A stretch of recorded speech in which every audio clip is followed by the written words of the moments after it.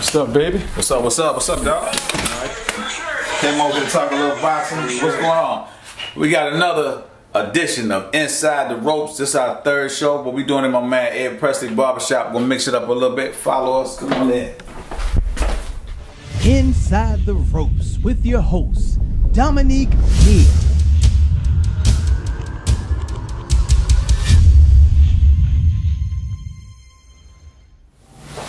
Well, I mean, what you think? Why you think so much cooking is in the sport of boxing?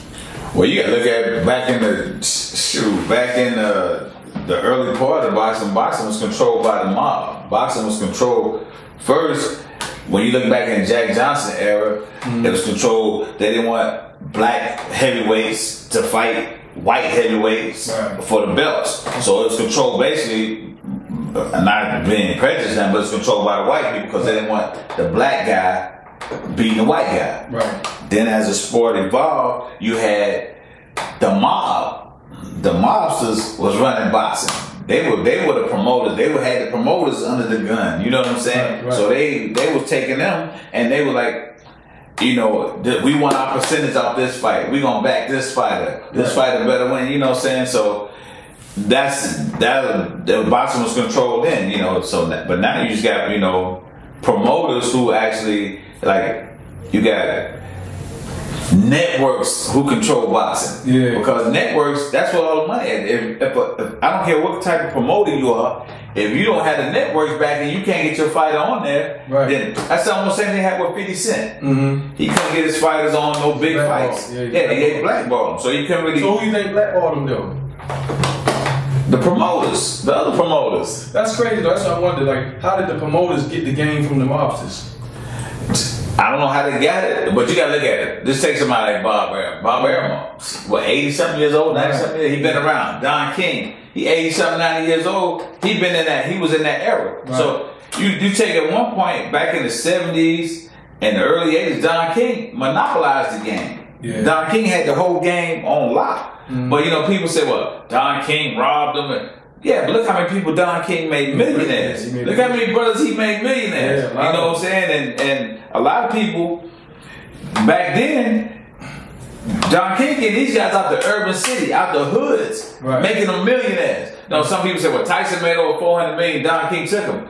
But he made $400 million. He had an opportunity to make $400 million. He ain't spent all his $400 million. You can take 20 of us in a room and we ain't gonna never make $400 million. Right. You understand what I'm saying? So, you know, even though he monopolized the game, look, okay, let's go back to 73. What they made, I think it was 1973 when they made $5 million back then. He made 5, George made 5. You know how much money that $5 million back then is a lot of money. Serious money. You know? And he went over there with the gift of gab, that street hustle, and hustled them Africans and made them put that money up. And they all made money. So what part you think promoters played in the whole loyalty scheme of it, taking over the whole regime of boxing as far as? Well, the promoter played a good part. You know, back in the day, I heard this one statement say, the promoter's the pimp, the boxer's the whore, and the ring is the corner. That's what they said. But here's the thing with that. You got a lot of good promoters. Okay, like the big time promoters, Bob Arum. Well, back when you had Dan Goosen was live, you had, you know, Don King. Yeah. You had Golden Boy. You know, Bob Arum's top rank. You got all these top promoters, but they need the small promoters too now. You got some good small promoters. Okay, let's take like my partner Andrew Stokes, good promoter on that level. You got Walter Johnson out of Greensboro. You know what I'm saying? You got guys like this that those big time promoters need, because a lot of those big time promoters don't have enough time to sit there and build a fighter, build this fighter, build this fighter. You know what I'm saying? So the small time promoters keep the actual game of boxing in place. Because is it like a hand in hand thing? Like, is it like basically the little promoter gets him up and they take him, or do the little promoter works it out where as though the big promoter will do a good trade off? Well, what they do a lot of times is, let's say for prime example, my son, he's 16-0, right? He's 16-0. So let's just say if another big time promoter came and said, "Are you being promoted by anybody?" We're gonna say no. Even though we know Drew moved him. Right. You understand what I'm saying? Drew moved him all 16 fights. But now here's the loyalty part. We say, yeah, we either gonna break him off a percentage of every big purse he get, right, or co-promote, let Andrew co-promote with the other promoter, the big promoter. Gotcha. And that's how it works, because they need small time, they need, not small time, but they need promoters down on that level, like, like scouts. Correct. Scouts. You know, you might have somebody from Rock Nation, they need small, they might, hey, give me some guys that you have that's great and coming up. You understand what I'm saying? So the big promoters need the small promoters too. Right. You know, because they don't have time to build 100 fighters. Like you take somebody like Al Haymon. Al Haymon, he don't promote. He's more of an advisor. Okay. He's an advisor and he manages some of the guys, but he's an advisor also. Now break that down, because a lot of people don't understand that part. Like Al Haymon, the role he plays. Okay, a manager. Now, here's the role of managers. A lot of people get the managing part messed up too. Now, okay, if I manage you, technically, I'm gonna make sure if you're just my fighter, and you're a prospect, I'm gonna make sure you got a place to stay, something to drive, food, and you got a salary. Right. Because when you're not fighting, you still got to maintain a life. Right. Now, so during that time, you got to make sure that prospect is managed correctly and he's comfortable where he's steadily building and growing and to, you know, to get that title shot. You know what I'm saying? And that's when you start getting your money back, because by federal law, a manager can get 33 1/3% of a fighter's purse. I'm talking about 33 1/3%.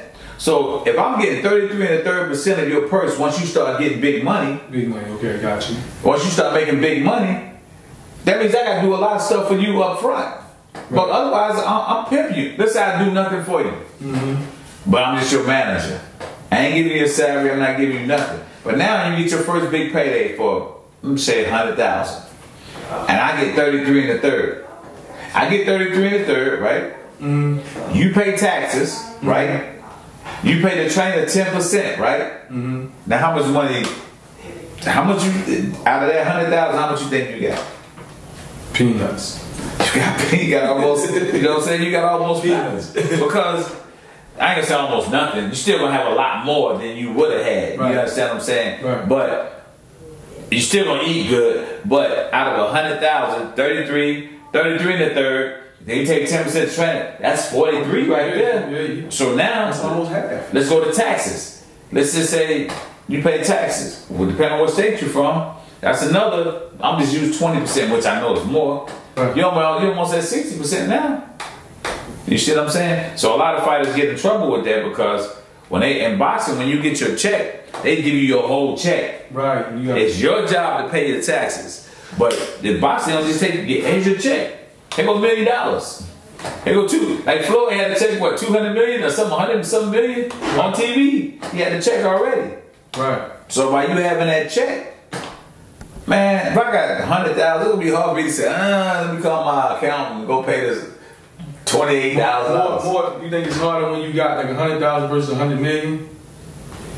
Nah, 100 million, you probably want, damn right, like, okay, if I got 100 million. They probably be right there to do it. Yeah, I'm like, go ahead, let me pay my taxes. Right. Because even if you take 20 of it, I still got 80 million and my taxes paid. Right. Now, I got 100,000 and you take, 28% or 30% of that. You know what I'm saying? It's harder. Let me think. Or let's say you made $50,000. You don't go take it and pay your taxes. A lot of fighters don't do that. And they say, well, don't worry, I paid the next fight. So they get behind. I paid the next fight. I paid the next fight. So that's how they keep going about doing it. They're like, okay, well, I pay my taxes the next fight. That's how fighters get in so much trouble with taxes.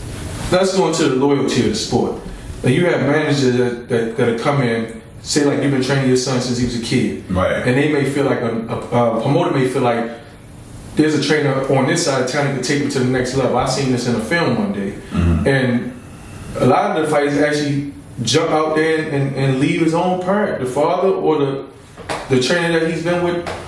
Is it due to his insecurities or just based on he trusts that promoter? Whatever. Well, a lot of times you gotta look at it like this: boxing and the sport of boxing. There's not really a lot of loyalty in the sport. Okay. You understand what I'm saying? Like a lot of people say, well, father and son don't work together, but you gotta look at a lot of father and son teams did work together. Right. You got Felix Trinidad and his father. Mm-hmm. Then you had Shane Mosley and his father. You know, so he got laid on down his career. You know, Floyd and his father, right. You know, even though it was rough at times, but he still, you know, a lot of fighters, they still feel comfortable with their father because their father know them. Now, here's the thing. You get a lot of guys in boxing. If you see a guy that been with 6 or 7 different trainers, he probably ain't got no loyalty. Yeah. You know what I'm saying? Because most fighters, when they lose, you know who they blame? The trainer. They blame the trainer, right?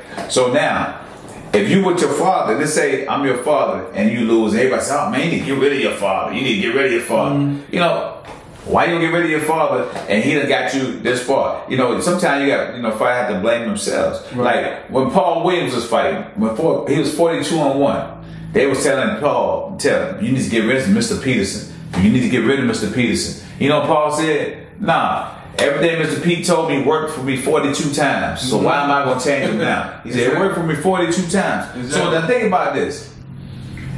When you had nothing, when you got nothing, all these big time promoters, all these big time managers out there, they not with that training that fighter when it's late night in the gym, when he out there on the street running, right. And he out there, you know, doing things for him when he don't have no money in his pocket, right. And you know, you break him off, you know what I'm saying? He ain't got no gas, you put gas in his truck, stuff like that. They don't see that. All they see is the big picture. Mm-hmm. But if the fighter bought up right and correctly, you know, then you have to, the fighter gonna be loyal. He gonna be like, nah, especially if he making money. If he making good money, he see what, look how you making money.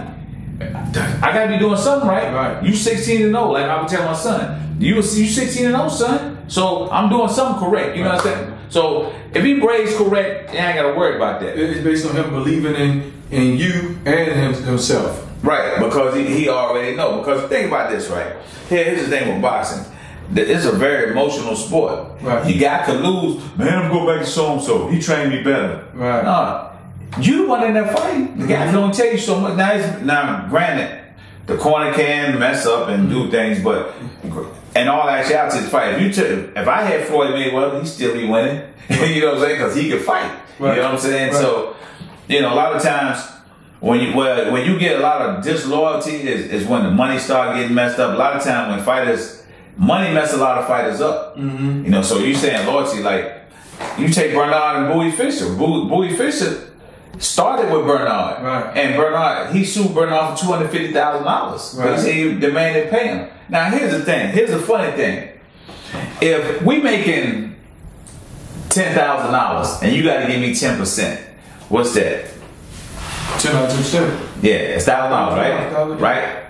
You ain't gonna mind giving me that, right? But okay. Now when we start making $3 million, yeah, you gotta come out 100. No, $3 million. That's 300,000. Yeah, 10% of that is 300,000. So a lot of times the fighter's like, well, yeah, man, you don't do enough for me to get 300. That's you know, and that's so. And as far as black and white, there's no training. There's no contract. Most fighters just know that I pay my training 10%. That's like an unwritten law. And you pay him 10%. Right. So now he get 300. He get $3 million. You owe me 300,000. And a lot of money come up off.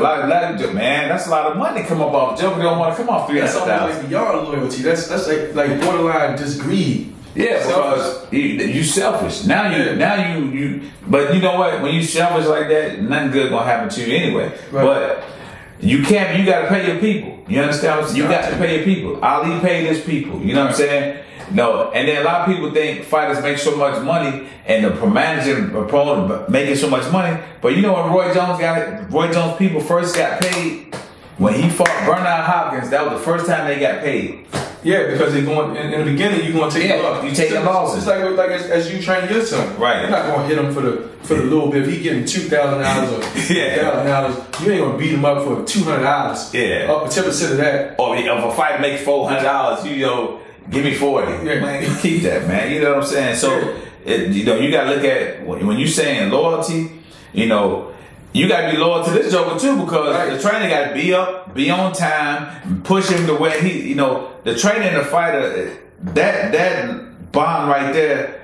Nobody, when the fighter win, the trainer with him. When that fighter lose, the trainer with him. The crowd gone. Everybody gone. Everybody left. You know what I'm saying? You got to sit there, cut them gloves off, look them in the face, ride home with them and say, hey, we did our best. Then you thinking in your mind, did I do everything I could have done, for the fighter to win? Right. So, you know what I'm saying? This is just a very touchy subject. I think it's important that that trainer in the beginning established that relationship, that friendship. Correct. With that fighter. Because if that fighter in the beginning feel like he's just there because he got a talent, a lot of times when they come to a situation where that money's involved, he show his true colors. The fighter, meaning he know that you wasn't good, but he needs you to get to that level. Right. And once you get to that level, he knew you was a snake already. Because some of these trainers are like vultures too. Oh yeah. So once he know that you was a snake, and he knew this the whole time, he gonna use you to get to that level, and then he's gonna treat you like that. I'm not gonna give you what you really deserve, but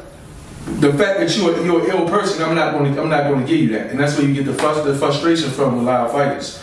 And that's why I like a lot of times if a fighter is good. Here's another thing with the loyalty of the sport. If a fighter is good, and you my fighter, I'm not going to send you to Bumba Egypt to spar, and I'm not with you, because now everybody getting in your ear. Yo, man, you need to come out here with us, man. We give you money, cars, and all this stuff. And you sit there thinking you so gullible. Yeah. You'll go ahead and fall for that. You know what I'm saying? So, everybody like even Mike Tyson had got into boxing for a minute, but things happen with him too. You bring up a good point. I have a question. Do you think boxers, most of them, are they business savvy? No, because you think about it. Most boxers come from inner city. Boxing is a poor man's sport. Right. So most boxers come from the hood. You got Mexicans, poor blacks, a few poor whites, Latinos, you know what I'm saying, Africans. You don't find no rich joker boxing. You don't find rich jokers when they first come out the womb. Donald Trump's sons, you ain't gonna see them in boxing. Oprah Winfrey kids, you ain't gonna see them in boxing to make a living. The reason why, it's a poor man's sport. So now, when they get up and start making that money, where have they been educated on how to manage your money, how to get a lawyer, how to read the paperwork, how to do this? They don't know. So money can easily influence you. You know what I'm saying? When you can possibly make $100, let's say you make $100, you can possibly make $100,000. Somebody come to you and say, well, I got $25,000 for you. Right. If you poor and broke, you gonna take that 25, not knowing that you could have got the 100. So you gotta have the right people in place. Your team got to be solid, and your team got to be on point together. Everybody got to be gelling. Everybody got to play a part. You understand what I'm saying? I think that's why people like Bernard, Roy Jones, Floyd Mayweather need to be applauded for the way they handle their business, and also the way they keep a good team around. Yeah, a lot of these jokers don't have that. Like Bernard he managed himself for him, and Roy managed himself for most of their career. Right, they made their own moves. You know what I'm saying? And here's the thing with loyalty: when you say a manager telling another, this is what I meant to say. A promoter telling a fighter get rid of him, but people fail to realize the fighter is the boss. Yeah. See, when you in amateurs, the trainer is the coach. He's the boss. But when you turn professional, now you pay me. Right. So technically, you're the boss, but a lot of them don't get that mindset. Right. They don't realize, I'm the actual boss. You got your own brand. You marketing yourself. You are the boss. But he's still giving you that respect that he would give to his daddy, even though he know he can take his daddy or mama out because they're older. But the respect is already cemented. The respect is already there. Correct. That's the key thing. The respect is already cemented in there. But the fighter is the boss. Right. You know what I'm saying? Technically. But a good fighter gonna listen. I don't care. Floyd run everything outside the ring. But when he in that corner, he listen to his father. Whoever talking, he gonna listen to him and do what they say, because he's on that level. When you get it, now you take somebody like Adrian Bronner, it look like he don't respect his coach because the coach telling him something. He arguing with the coach, telling the coach what he gonna do. See that's not. I seen Pernell Whitaker do that in the fight against De La Hoya. What did he do? He got into an argument with Duba? Yeah, big argument. And I said, oh. What did he say to him? Man, I got this. It was like it was real argumentative because he really was winning that fight. But at the same time, they was trying to tell him, look, man, you need to do X, Y, and Z. And you can see the frustration in his face that he felt like they didn't believe in him. And so he got into a big altercation with them in the corner. Go back and look at it. Okay, I never He got into a big altercation with him, like, man, look, I got this, man. To the point where the coach's job got scared and was like, you know what, we ain't even gonna argue with this man. You know, right. And it was crazy the way it panned out, but you seen that's when it was falling apart. Right. Because the respect between the coach and the trainer. Yeah. So you got to have that, you know. And you know, in the end, you got to have respect, loyalty, everything got to come into play to make a good team. You know what I'm saying? You can't let money mess y'all situation up, no matter what it is. When money, you know, money bring out the worst in people. Yep. So you got to be able to say, okay, listen, like me, at my age, I don't trip about money. I'm always be good. You understand what I'm saying? Whether I'm doing boxing or not. Right. But you know, I want to put my son in the best situation he can, so he can take care of himself. Hopefully, he's been in a position to put his brothers get some kind of situation together where they take care of themselves and their sister and their mother when I'm not around. Yeah, you understand? I think that's going to be a good look. You know, especially with the situation I like about you. You don't need the money.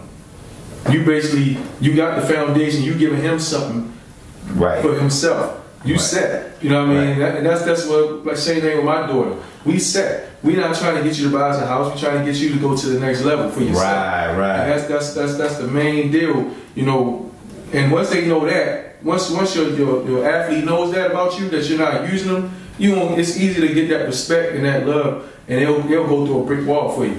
Right. And then you'll know they trust you. You know, and when in tough situations, like okay, listen, like my son, we joke around. Sometimes we you know, clash with like, you know, yo, do this, no, you know. But in that corner, his eyes never lie. He gonna listen to me exactly what I say, cause he know, you know, that's our team. That's how we do it. But I just want to say it's been another edition of Inside the Ropes. Me and my man Ed Presley, sitting there talking boxing. That's all we do. And gonna give a shout out to everybody in Columbia, everybody down in Charleston, the victims with the families with the shootings. You know, those families, want to pray for them, and you know, the situation with the flag. Hopefully, there's nobody. We lose no lives. And give a shout out to my boy Willie Manning. God bless you. You know, Shamrock for life. He passed, but hey, we still here, baby. We gonna represent for you. Peace and love, flag down, all day. Look, I want to send a big shout out to everybody that showed me love today. I don't got a haircut, been busy. My son was out and about, missing. I appreciate all y'all concerns, sending me some love, you know, and support. He's home, he's safe, and I just appreciate everything y'all did for me and my family. Peace, one love.